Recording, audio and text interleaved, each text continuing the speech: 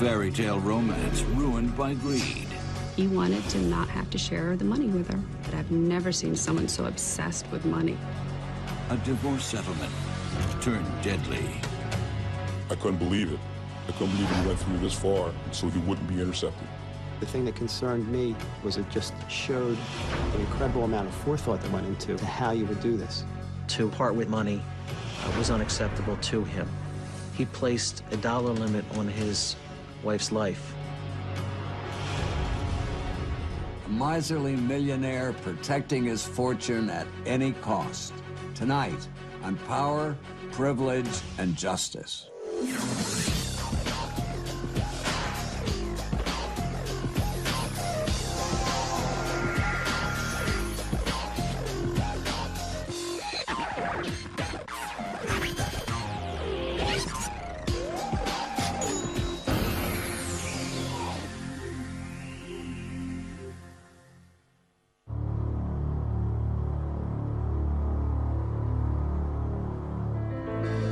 On the afternoon of March 28, 2001, two police officers in a surveillance van videotape millionaire businessman Joel Sandler walking through the parking lot at the King of Prussia shopping mall outside of Philadelphia.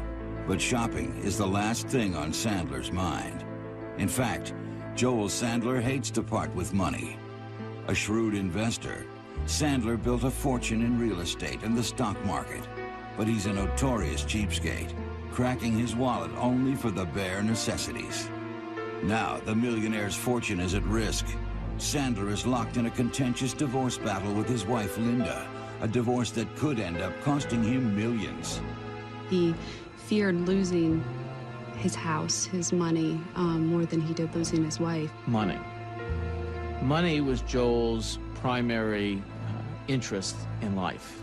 And as a result of the divorce, he was going to have to part with at least 50% or more of multi-million dollars worth of assets. Sandler is at the mall to meet a hitman and make a deal with him to kill his wife. But what Joel Sandler doesn't know is that the supposed contract killer he's meeting is really an undercover cop. The police had been tipped off to his plan.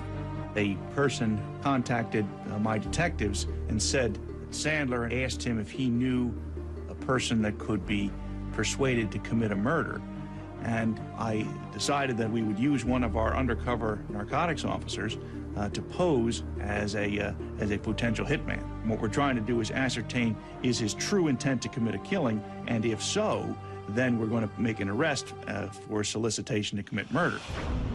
The undercover officer follows Joel Sandler to his car to discuss the details of the hit. I mean, we did have a script in our mind on what was going to happen, and I try to really lay things out when I do anything undercover in my head on what's going to happen. They get in the car, and Sandler begins the conversation. I want something done, and I was put in touch with you. It looked like the police had Joel Sandler on tape trying to hire a hitman, and that the millionaire's goose was cooked. But this guy was no dummy. If anyone knew how to save his own bacon, it was Joel Sandler. Joel Sandler wasn't born rich. He grew up the only son of a middle-class family in Long Island, New York. Sandler was expected to follow his parents' wishes and pursue a career as a doctor. But after graduating from the University of Pittsburgh in 1972, he turned his back on medical school. The headstrong young man decided that the pursuit of wealth and money was his true calling. That same year, while still searching for his path to riches, Sandler stumbled upon the love of his life. He was working a construction job in Philadelphia and stopped in at a diner. He spotted a girl sitting alone and introduced himself to her. Linda wasn't the kind of girl strangers usually crossed the room for. She was shy, quiet, and had never had a serious boyfriend. But Joel was smitten. He came up to her and they just started talking. And she said you would never know it now looking at him, but he was very attractive and charming and persuasive. And he basically just swept her off her feet. And I got the feeling she was a very insecure woman. Joel took Linda's phone number and called her before she even got home. An intense romance followed. and within 2 years, Joel and Linda were married. 2 children followed soon after. Joel Sandler seemed to have the perfect family, and soon he landed the perfect job, stockbroker at Merrill Lynch outside of Philadelphia. The world of high finance suited the ambitious young man to a T. Talented and shrewd, Sandler established himself as an aggressive broker with good financial instincts.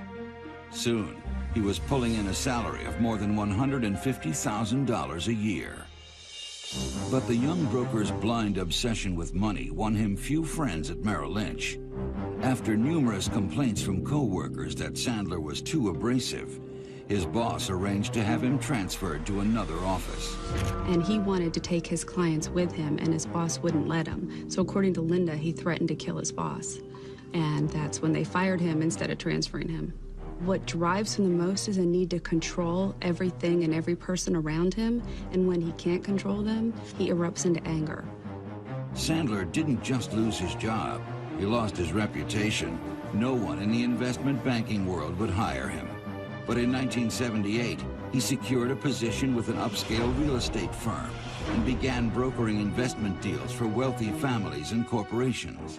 The real estate boom of the 1980s quickly pushed Sandler's income to more than $500,000. Sandler's life in the 80s was very good. It is my understanding that he amassed fortunes, that he put together large deals using tax shelters. He was very good at what he did, like cobbling together these real estate deals, and he had made so much money. Flush with cash, in 1985, Joel Sandler purchased a $500,000 home in Bryn Mawr, Pennsylvania, one of the ritzy and exclusive Philadelphia suburbs collectively known as the Main Line. Sandler dubbed his new estate the Gables. The Main Line is the most affluent area in the state and one of the most affluent areas in the United States. The Sandlers lived in one of the most prestigious areas of the Main Line in the Philadelphia suburbs. And they didn't live in a home, they lived in a mansion. Joel Sandler had achieved everything in life that anybody could want. He made millions of dollars. He had a wife. He had 2 wonderful children, a beautiful mansion. He had everything. Philadelphia's Main Line is a place for the haves and the have-mores.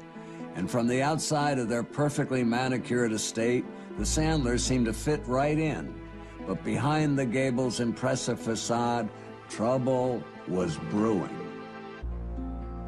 In 1985, Joel Sandler seemed to have it all. Millions in the bank, spectacular house, beautiful wife, and 2 accomplished children. It appeared to be a life others would envy.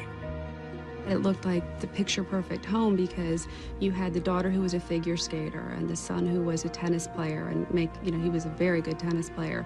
Mom was a school teacher. Dad, did this wheeling and dealing privately. They lived in this beautiful mansion on the Main Line, one of the wealthiest areas in the country. He had a really busy, full life. But Sandler couldn't enjoy all this newfound wealth and privilege. His obsession with money only intensified. Joel Sandler was the cheapest millionaire you've probably ever heard of. I mean, a lot of people joke that that's how you keep your money, but he went above and beyond. He was known to turn the hot water off at the house if he felt somebody was taking too long of a shower, just concerned with $1. He would just get free subscriptions to newspapers, and as soon as the free subscriptions ran out, he'd get a free subscription from another one. He'd drive up to the pump at a gas station and then leave before paying. He was frugal to the point where you would think that they had no money, that they were, in fact, poor or destitute.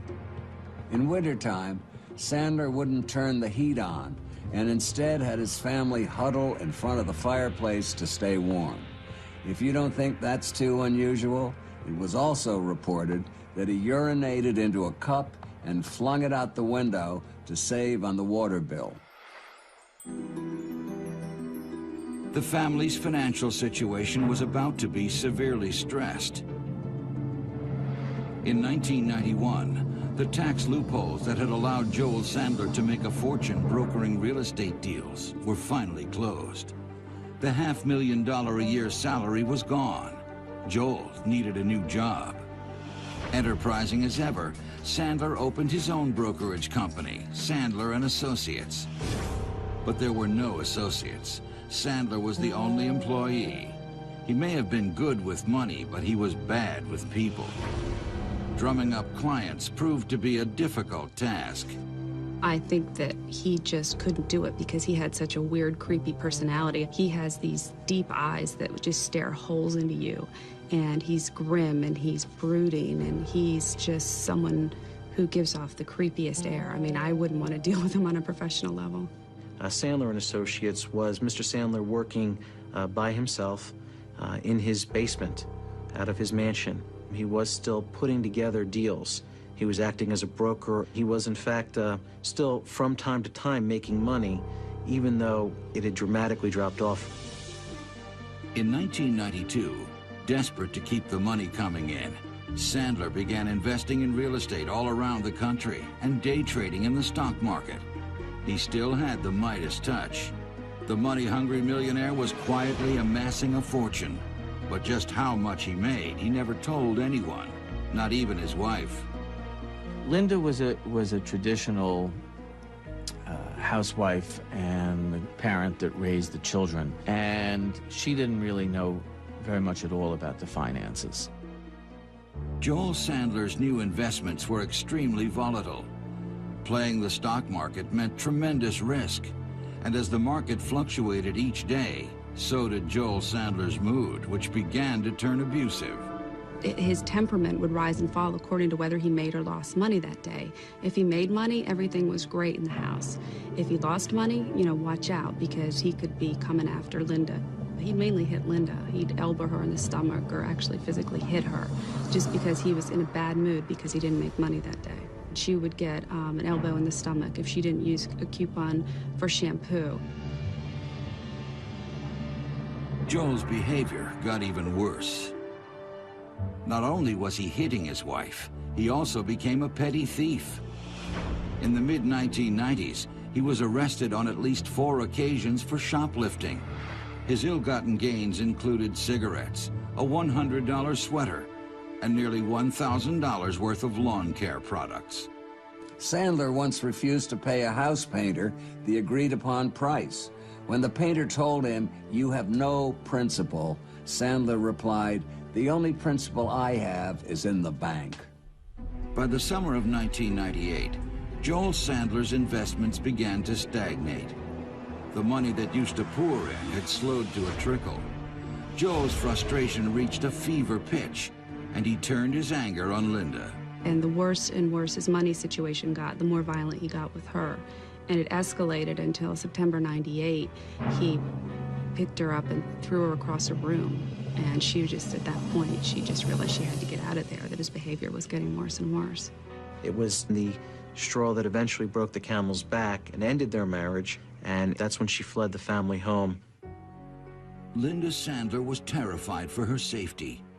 She fled to the family's beach house on the Jersey Shore and filed for divorce. First and foremost, she was seeking to get peace of mind and to be separate and divorced from Joel. That was the most important thing. But in addition, she wanted her fair share of the assets. Joe would have to actually part with some of his money. Linda would now be going after the one thing her husband cherished most, his bank account. He could let go of his marriage, but Joel Sandler was going to hold on to his fortune at any cost. In September of 1998, after nearly 25 years of marriage, Linda Sandler had had enough. She fled the family's mainline mansion and filed for divorce. She was seeking more than half of the couple's $4.5 million estate. But Joel Sandler wasn't about to give Linda one dime without a fight. Divorces are rarely peaceful, but I think the Sandler divorce was made even more acrimonious because Joel Sandler was so cheap and money meant everything to him. Linda Sandler was going to be entitled to a lot of what they had, and I think that bothered him more than her leaving him, the fact that she was going to get his money. Joel was totally uninterested in settlement whereby Linda would get a share of the assets.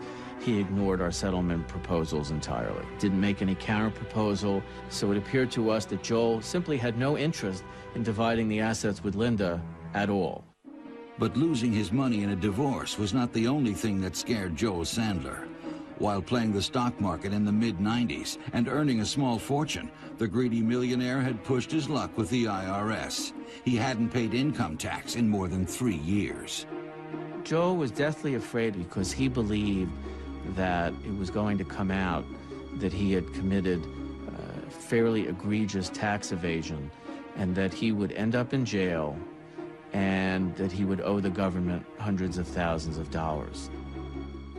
Joel sent Linda a letter begging her not to go through with the divorce. No sweet nothings here. He just wanted to save the family fortune from the IRS. Let's just say Linda was not exactly moved. Linda was living at the couple's New Jersey beach house with their daughter. She soon came to believe that Joel was stalking her. I think you can see the controlling part of his personality really start to emerge once Linda left him, because she talked about her tires getting slashed in her car at the beach. There was a public confrontation at a restaurant where the cops had to be called because he came down there and confronted her. Joel was constantly calling her, allegedly came to the shore house and changed the locks, and we had to file an emergency petition to get Linda exclusive possession of the property so she'd have some peace of mind separate and apart from Joel.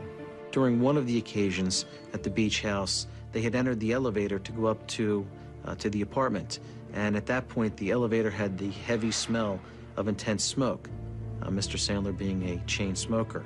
Her daughter knew immediately that her father had been in that elevator just briefly before they were. Linda became terrified, even though she was 70, 80 miles away from him. She was terrified of the reach he had and the obsessiveness he had, and the behavior continued to escalate to the point where she really felt her life was in danger, and that's why she decided to vanish. In February of 2001, more than 2 years after she left her husband, Linda Sandler packed her bags once again and disappeared. Afraid for her life, she told no one where she was going, not even her 2 college-age children who'd also cut ties with their father. Even in hiding, Linda continued to push for a divorce settlement, but Joel wouldn't play ball. He dug in his heels and refused anything that required him to carve up his fortune. Virtually every issue in the case had to be decided by the judge as opposed to by agreement.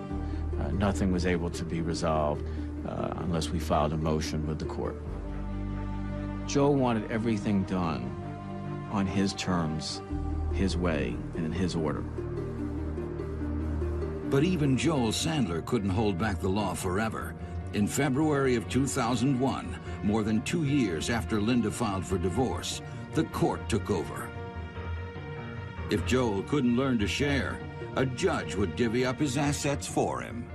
When the court issued a notice scheduling a hearing on the property division, he must have realized that he could no longer avoid the inevitable, which was that he was going to have to give up a share of the assets.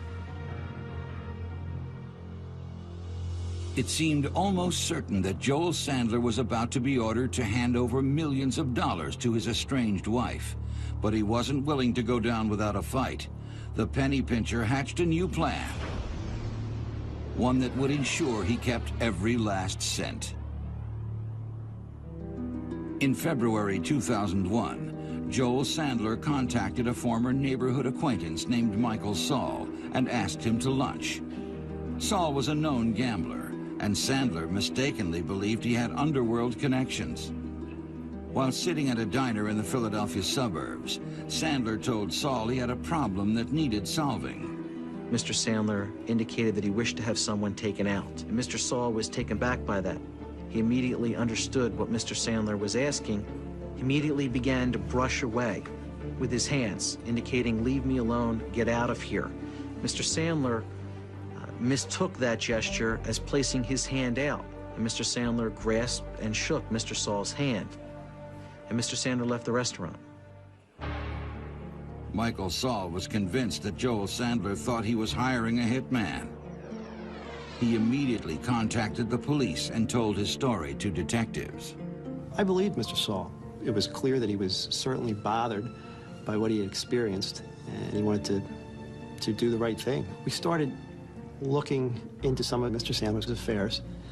There were a lot of indicators that there could be a problem in this particular case. The investigation immediately revealed that the divorce was not going well for Mr. Sandler, that he was dragging his feet, that there was a large and substantial amount of money which would be necessarily broken up in a divorce situation. And it became very clear very quickly that we had to react.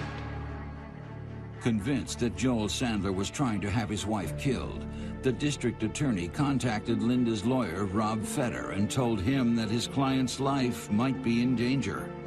I was totally stunned and shocked. Linda herself was not surprised. She felt that he was capable of doing anything if it would protect his money. But the police had no proof that Joel Sandler was trying to have his wife killed. Until they had some hard evidence, there wasn't much they could do. Essentially, we looked at one another and said, hey, what are our options? And we more or less came up with two. We had the option of banging on his front door and say, hey, Mr. Sandler, don't kill your wife. You know, if that's what you're thinking of, it's not a good idea. The only other option that we collectively thought we had was extend the opportunity to him and see what happens. And we decided to basically reestablish a contact with Mr. Sandler as though his request had been honored by Mr. Saul. In mid-March 2001, detectives sent a letter to Joel Sandler that said, "Someone will be in touch. Don't ever ask me for anything else." It was signed with a single letter M for Sandler's old neighborhood acquaintance, Michael Saul. Sure enough, Joel got a phone call from a man offering to help him with his problem. The two agreed to meet. Sandler had taken the cops' bait, but reeling him in would prove to be more difficult than they ever imagined. In late March 2001, millionaire Joel Sandler believed he was closing in on the perfect divorce settlement. He could keep it all, the gated mansion and the millions in cash, all for the price of Linda's life. But what Sandler didn't know was that the hitman he was about to meet was actually an undercover cop. The police were closing in. The immediate objective in an investigation of this sort is to protect the public, and specifically protect the intended victim. One of the things that you're most concerned about is Sandler is out there and you don't know what he's doing, so the impetus on us was to move as rapidly as we could to get to a resolution where we could make the arrest. The cops thought they had Sandler on a string, and it looked like his time was running out. But this guy knew how to slip a noose, as the police were about to find out. On March 28, 2001, plainclothes officers and a police surveillance van set up in the parking lot of the King of Prussia Mall outside of Philadelphia. The goal of that meeting with Joel Sandler was to get as much information on who his target was, what he planned to have done, also to figure out if he was serious, if this is what he wanted to do, that he was meeting me to have someone killed. The team was ready to confront Joel Sandler. Just after 3 p.m., an undercover officer wearing a tape recorder met Sandler in a restaurant. Not only did he want Sandler to start talking, he wanted him to do it outside, in range of police surveillance cameras. As I went in there, I saw him. He was casually dressed. I could tell that he already had his own plan. He had his own script. I had one and he had one as well. So I had to try to get him outside the restaurant. What's up? Joe? What's happening? Come here, I'll talk to you out here from. I'm not meeting with you in a public place like this. We'll go sit in the car. I'm not doing this. We said we were meeting here. So we meet outside. You're not changing the thing, huh? I know you, dude. I don't want to be videoed out there or anything like that. Well, I don't want a bar. I don't want a bar full of people saying that they saw you with me. There'll be nobody that'll do it. I want to sit at a table and talk to you. I'll sit. I don't do things this way. I don't do things this way. This is goofy. This is stuff. I thought you were on the up and up. I'm not playing games.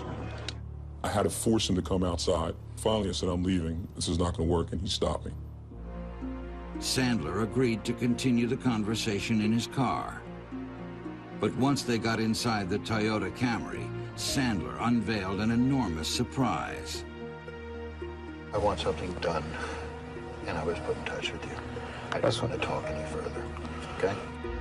Instead of conversing with the would-be hitman, Sandler produced a series of pre-typed index cards. Now he could work out the details of the murder without uttering a word. He used index cards that anticipated every potential question and every potential answer that a hitman could have asked him. The cards proceeded to indicate that he wished to have something taken care of, that it was someone out in the West, that it was potentially a business associate, that he wished to have the victim disposed of. The thing that concerned me with the cards was it just showed an incredible amount of forethought that went into how you would do this, to prepare a negotiation, but do it in a way that they wouldn't have to speak. The fact that he had the index cards typed up like that reinforced our greatest fears. He wished to have someone killed. The index cards, I wasn't sure how I was going to overcome that. I knew that the longer I talked to him, he would have to say something. I had to outthink the cards. I assumed that once things started to go, that something would slip, that he would say a name, he would say a location, a gender, that he needed someone murdered. Are we going to write this way the whole time we're doing this business? Because this is a little crazy. As we were sitting in the car and the cards kept coming and coming and coming, I was concerned that I wasn't going to be able to get him run out of cards. I got a phone call that, some guy needs this, that, and the other thing. A problem to take care of. Now we're here, you're not talking at all.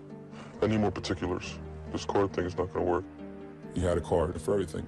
And he was controlling the conversation, which those cards were already in order. So as I went through a different road, he had a card. If he had to rearrange the cards, he had a card. He knew exactly where this meeting was going to go. I needed to get him to talk.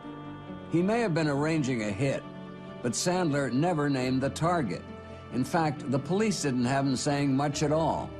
Just as it looked like Joel Sandler held all the cards, the detective figured out how to get the tightwad to finally talk. I knew that he was concerned about money. The reason that he was meeting with me was money. I figured if I could get him to talk about how much this was going to cost, that it was going to come out. That he wasn't going to let me just pick any figure. After initially agreeing on a $25,000 fee, the detective demanded an additional $5,000 to dispose of the body, a first-class plane ticket, and petty cash to buy clothes so he would blend in. This was too much for Sandler. He finally broke his silence. No, we got a deal. Total 25. They told me we have a deal, that it was done, and he got upset because it was money. Everything was money. So I backed off of that. Police now had Sandler agreeing to a deal on tape. The two settled on a price of $25,000 to do the hit. Joel Sandler promised that a plane ticket and more information would follow soon.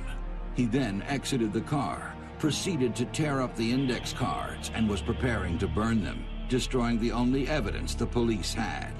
My concern there at that time was that what's going to happen to the cards? I knew the cards were evidence. I knew I had some things recorded, but I didn't have them all. And he was ripping them. I ripped a piece of the card and let it fall on the ground, and he bent over to pick it up. That's when I concealed one of the cards in my back pocket. But even with this piece of evidence, police knew it would be tough to prove that Sandler intended to have his wife killed. He never told the hitman who the victim would be. Police needed something more, but time wasn't on their side. When the meeting was done, I wanted just to make sure that Mr. Sandler was well hidden, because there was no doubt in my mind that he thought he just hired a hitman. Joel Sandler went back alone to his gated mansion and continued to plot the deadly divorce settlement. Meanwhile, the police were trying to gather enough evidence to arrest him. The question was, who would achieve their goal first? In early April 2001, police had Joel Sandler in their sights. The greedy millionaire made a deal with an undercover cop posing as a hitman, but he hadn't yet mentioned the name of the intended victim. That's because Sandler didn't know where the intended victim was. It had been more than 2 months since his estranged wife Linda fled the couple's beach house on the Jersey Shore and disappeared. Suffice it to say that she went underground, and that no one knew exactly where she was day to day. And she would call me by cell phone periodically to stay in touch with recent developments. But even I didn't know where she was day to day. Wherever Linda was, she had to be spending to survive. And if anyone could sniff out a money trail, it was Joel. He called the banks and the credit card companies, but the trail was cold. Joel Sandler went to untold lengths to try to find out where she was. He would call one person on one line and another person on the other trying to find out. He called down to her banks and the real estate office down in New Jersey where the condo was and said he was trying to locate his wife. Luckily, no one actually gave him that information. But Joel Sandler wasn't willing to give up, and he still had one trick up his sleeve. He and Linda were still legally married. He called Linda's credit union and informed them that he was the beneficiary on her account. Linda wouldn't stay hidden for long. They were married. He was able to reach an individual who was willing to fax him over canceled checks on the account. Using the internet, at that point, Mr. Sandler was able then to identify names and addresses from the checks and track her down to the town in which she was hiding. Turns out, Linda Sandler was laying low in Sun Valley, the swanky Idaho ski resort where the Sandlers had vacationed in happier times. With his target pinned down, Sandler arranged to meet his hitman again. On the afternoon of April 23rd, Joel Sandler and the cop posing as the hitman met at the King of Prussia Mall in the Philadelphia suburbs. The second meeting, we were hoping that he was going to provide information on the victim, which we knew was Linda Sandler, and also money, the down payment money that I needed to get this job started. I walked down to meet him, and he has a totally different demeanor. Something made him nervous. So, How you doing?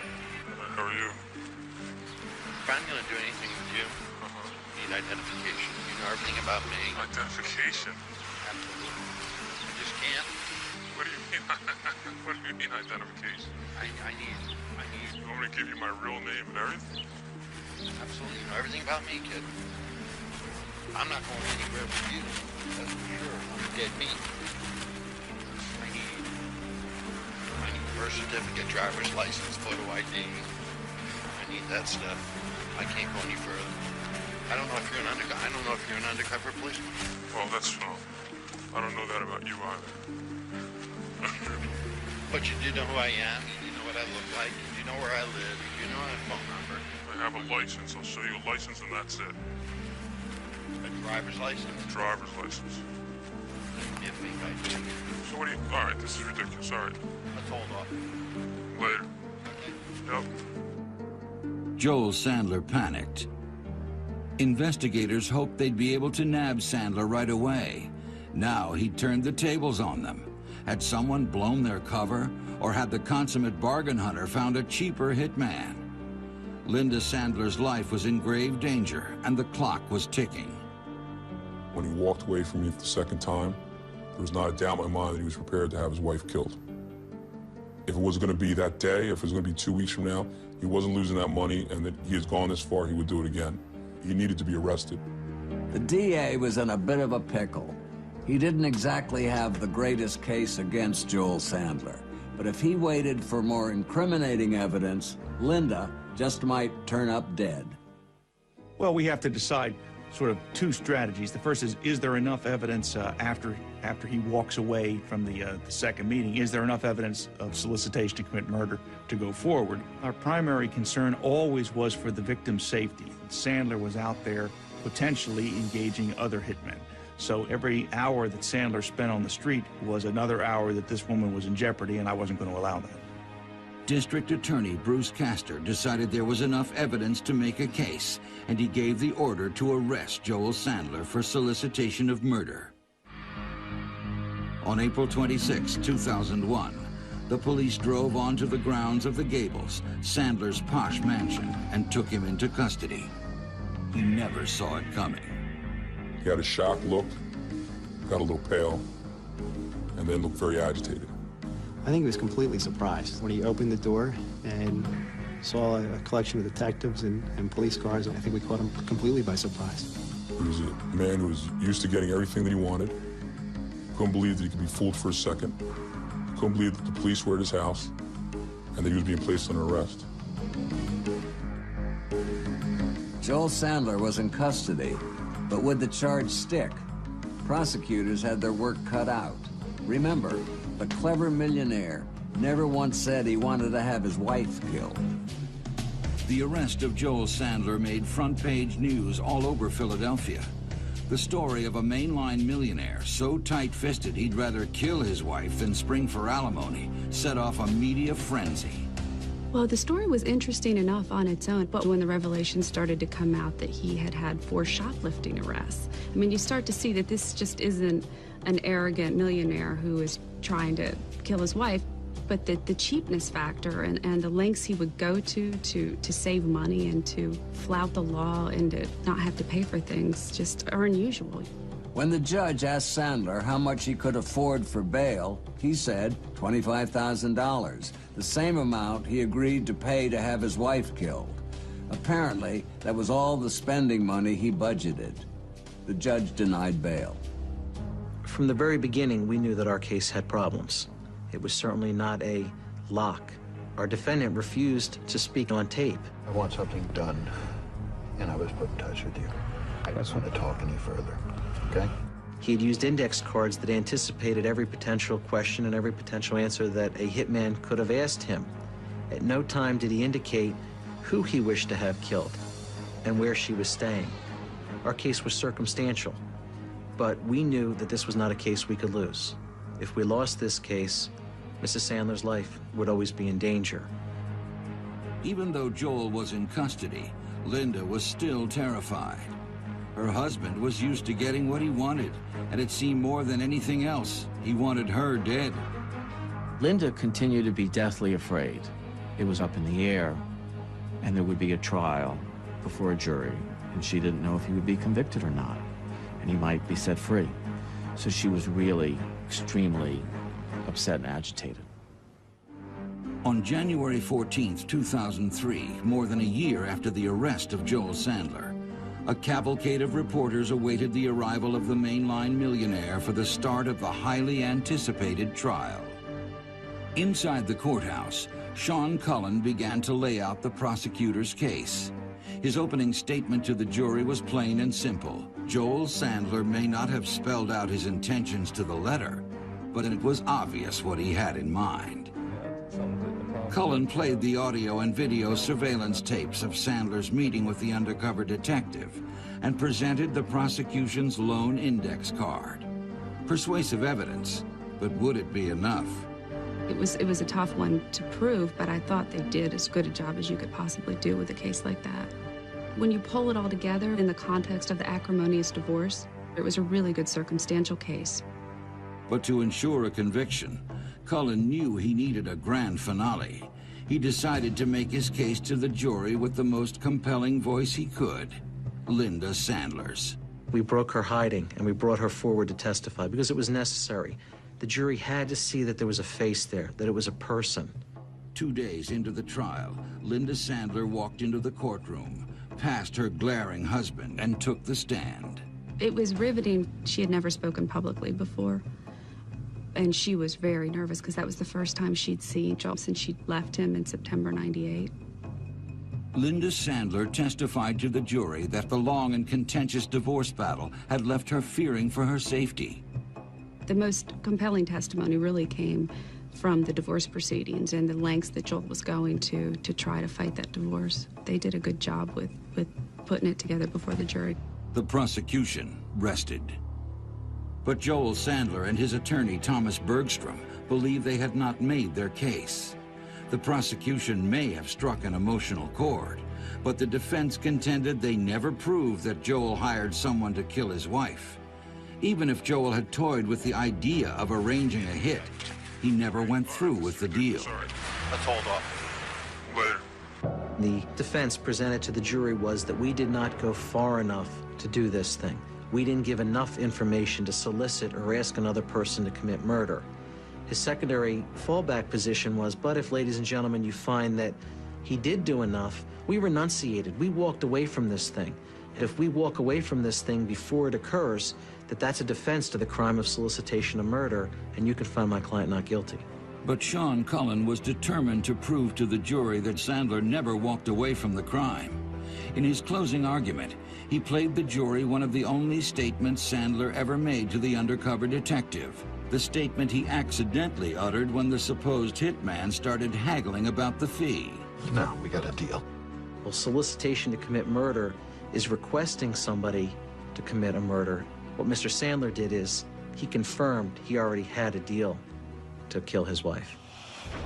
The jury deliberated for 4.5 hours before reaching a verdict. For Linda Sandler, it was a moment she could hardly bear. She didn't even want to be in the courtroom when the verdict was read, because she said, either way, it's going to be sad for me because, you know, if he's guilty, you know, it's sad because that was once a good person and look what he's become. And if it's not guilty, then I've really got to be in fear for the rest of my life. The jury found Joel Sandler guilty of solicitation to commit murder. He was sentenced to 8.5 to 25 years in prison. In a subsequent divorce settlement, Linda Sandler was awarded approximately 75% of the couple's estimated $4.5 million estate. But for Linda, neither the conviction nor the vast settlement helps her sleep soundly at night. She continues to live in hiding, convinced that even from his prison cell, Joel Sandler may still arrange to have her killed for taking all his money. What made Joel Sandler tick was money, and that $3 or $4 or $5 or $7 million would never be enough, and therefore to part with money was unacceptable to him. He placed a dollar limit on his wife's life, and unfortunately for him, that limit was set with an undercover officer. I don't think Joel has a conscience. I think that he thought what he did to his wife, or tried to do to his wife, having her killed, was completely legitimate because he wanted to not have to share the money with her. To this day, I think if you asked him if what he did was wrong, I think he would probably tell you no. I've never seen someone so obsessed with money as Joel Sandler. In prison, Joel Sandler doesn't have to worry about heating or water bills, but he's still a penny pincher. The police had seized his 1998 car because it was used in the commission of a crime. Now Sandler is suing to get his car back. If he serves his full sentence, he just might be able to drive away in his 30-year-old car. For Court TV, I'm Dominic Dunn.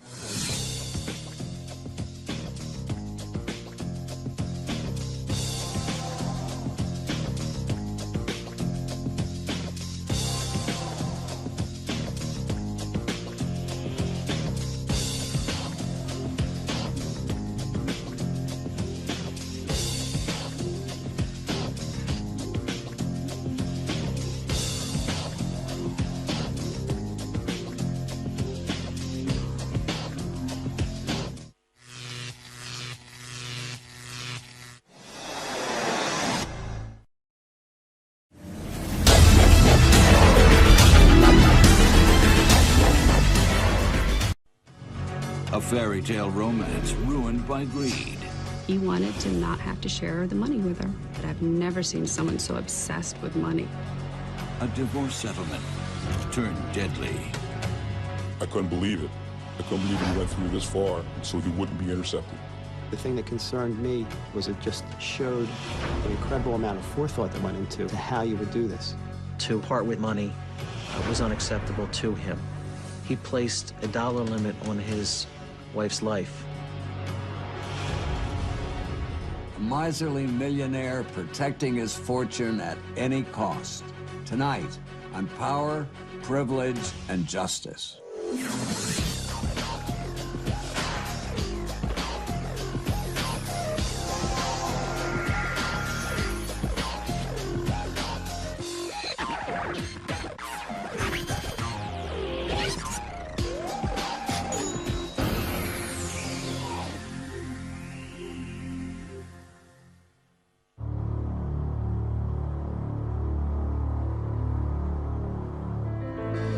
On the afternoon of March 28, 2001, two police officers in a surveillance van videotaped millionaire businessman Joel Sandler walking through the parking lot at the King of Prussia shopping mall outside of Philadelphia. But shopping is the last thing on Sandler's mind. In fact, Joel Sandler hates to part with money. A shrewd investor, Sandler built a fortune in real estate and the stock market. But he's a notorious cheapskate, cracking his wallet only for the bare necessities. Now, the millionaire's fortune is at risk. Sandler is locked in a contentious divorce battle with his wife, Linda, a divorce that could end up costing him millions. He feared losing his house, his money, more than he did losing his wife. Money. Money was Joel's primary interest in life. And as a result of the divorce, he was going to have to part with at least 50% or more of multi-million dollars worth of assets. Sandler is at the mall to meet a hitman and make a deal with him to kill his wife. But what Joel Sandler doesn't know is that the supposed contract killer he's meeting is really an undercover cop. The police had been tipped off to his plan. A person contacted my detectives and said Sandler asked him if he knew a person that could be persuaded to commit a murder. And I decided that we would use one of our undercover narcotics officers to pose as a potential hitman. And what we're trying to do is ascertain, is his true intent to commit a killing, and if so, then we're going to make an arrest for solicitation to commit murder. The undercover officer follows Joel Sandler to his car to discuss the details of the hit. I mean, we did have a script in our mind on what was going to happen, and I try to really lay things out when I do anything undercover in my head on what's going to happen. They get in the car, and Sandler begins the conversation. I want something done, and I was put in touch with you. It looked like the police had Joel Sandler on Tate, trying to hire a hitman, and that the millionaire's goose was cooked. But this guy was no dummy. If anyone knew how to save his own bacon, it was Joel Sandler. Joel Sandler wasn't born rich. He grew up the only son of a middle-class family in Long Island, New York. Sandler was expected to follow his parents' wishes and pursue a career as a doctor. But after graduating from the University of Pittsburgh in 1972, he turned his back on medical school. The headstrong young man decided that the pursuit of wealth and money was his true calling. That same year, while still